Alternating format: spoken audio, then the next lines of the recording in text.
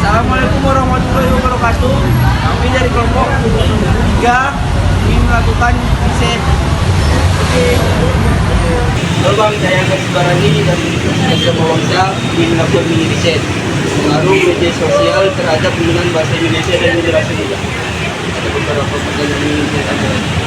Satu, apakah terdapat perbedaan dalam kosakata bahasa Indonesia generasi muda dan berinteraksi aktif di media sosial dibandingkan dengan milenial? Saya rasa ya dapat beberapa hal yang berbeda, mungkin karena sekarang kan kita udah sering lihat video-video gitu kan, otomatis kita kan pasti nonton gitu. Kalau orang dulu itu kan biasanya kan lebih sopan, terus kan saya itu kayak aku gitu. Kalau sekarang ya lebih ke non formal. Kedua ya bang, bagaimana gaya bahasa yang muncul di media sosial dalam komunikasi sehari-hari generasi muda? Bagaimana gaya bahasa yang muncul di media sosial mempengaruhi penggunaan bahasa Indonesia dalam komunikasi sehari-hari generasi muda?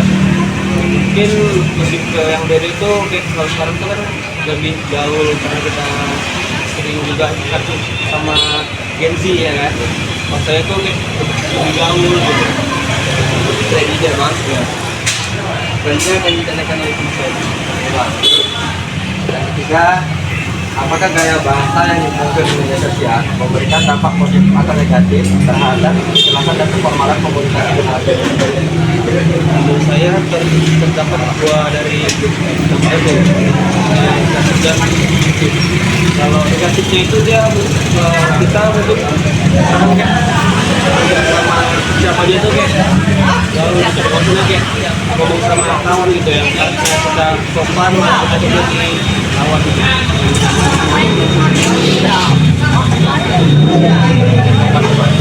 Bagaimana kecenderungan penggunaan bahasa transformasi dan mempengaruhi norma-norma kesopanan dan keformalan dalam penggunaan bahasa Indonesia secara luas? Ya, itu karena kita kan menurut saya kita kan sering ngobrol sama teman kan, karena mungkin kebiasaan juga sih. Kadang kita yang sering ngomong dalam bahasa yang non formal gitu kan, jadi mungkin terbawa gitu kayak ngomong sama aja jadinya kayak formal gitu.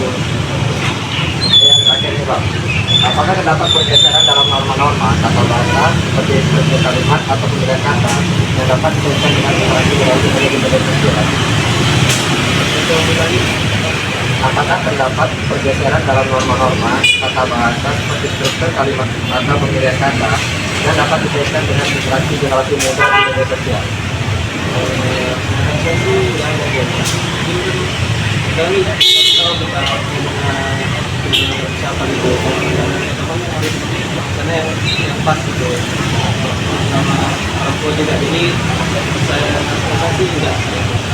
Makasih bang atas pertanyaan. Makasih bang. Baik, jadi kembali lagi bersama saya Dita Widasari. Jadi kami di sini akan melanjutkan wawancara tentang mini riset bahasa Indonesia. Kami sekarang sedang bersama abang siapa nih kalau boleh tahu? Saya Gaga Pratama, Kak. Abang kuliah di mana? Saya di USU, Kak. Wow. Jadi kita akan menanyakan pertanyaan yang pertama, yaitu bagaimana perkembangan teknologi dan kehadiran media sosial mempengaruhi penambahan kosakata baru dalam bahasa Indonesia yang digunakan oleh generasi muda. Menurut saya, semakin berkembangnya media sosial, semakin banyak tutur kata atau bahasa-bahasa baru yang bermunculan. Kita semakin banyak menyerap bahasa-bahasa dari asing gitu, Kak. Misalnya mungkin kata-kata seperti OTW yang sudah menjadi kebiasaan sehari-hari, padahal kan itu bahasa asing yang kita serap gitu, Kak. Begitu. Yang kedua, bagaimana gaya bahasa di media sosial seperti penggunaan singkatan, emoticon, atau meme mempengaruhi cara generasi muda berkomunikasi dalam bahasa Indonesia sehari-hari? Nah, contohnya kalau misalnya banyak penggunaan singkatan-singkatan, misalnya OTW, BIDUW jadi BTW gitu. Dan mungkin banyak lagi singkatan-singkatan lain yang udah jadi lumrah lah di kehidupan kita sehari-hari, Kak. Contohnya tadi yang seperti itu saya sebutkan, Pak. Oke. Apakah gaya bahasa yang muncul di media sosial memberikan dampak positif atau negatif terhadap kejelasan dan keformalan komunikasi generasi muda? Menurut saya kalau positif atau negatif ya sebenarnya tergantung bagaimana penggunaan kita sebagai generasi muda. Ya pasti selalu ada dampak positif di setiap dampak negatif yang bermunculan, begitu Kak. Baik, akan dilanjut oleh Nande ya, guys. Oke. Lanjut pertanyaan nomor 4, bagaimana kecenderungan penggunaan bahasa non formal atau gaul di media sosial mempengaruhi norma-norma kesopanan dan keformalan dalam penggunaan bahasa Indonesia secara luas? Menurut saya penggunaannya sebenarnya sebagai keformalan ya cukup terganggu lah. Bahkan kadang generasi muda itu nggak tahu mana bahasa yang formal, mana yang tidak formal untuk digunakannya mungkin dalam contohnya surat lamaran kerja atau berbicara ke orang yang lebih tua.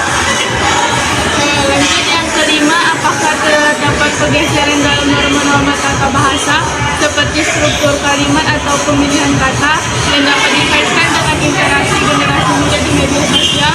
Pasti berpengaruh menurut saya karena ya bagaimanapun kan media sosial menjadi kebutuhan sehari-hari yang pasti semua generasi muda menggunakan media sosial sehingga pasti beberapa kalimat atau bahasa di hidupnya pasti terganggu dan terjadi pergeseran terhadap bahasa-bahasa tersebut.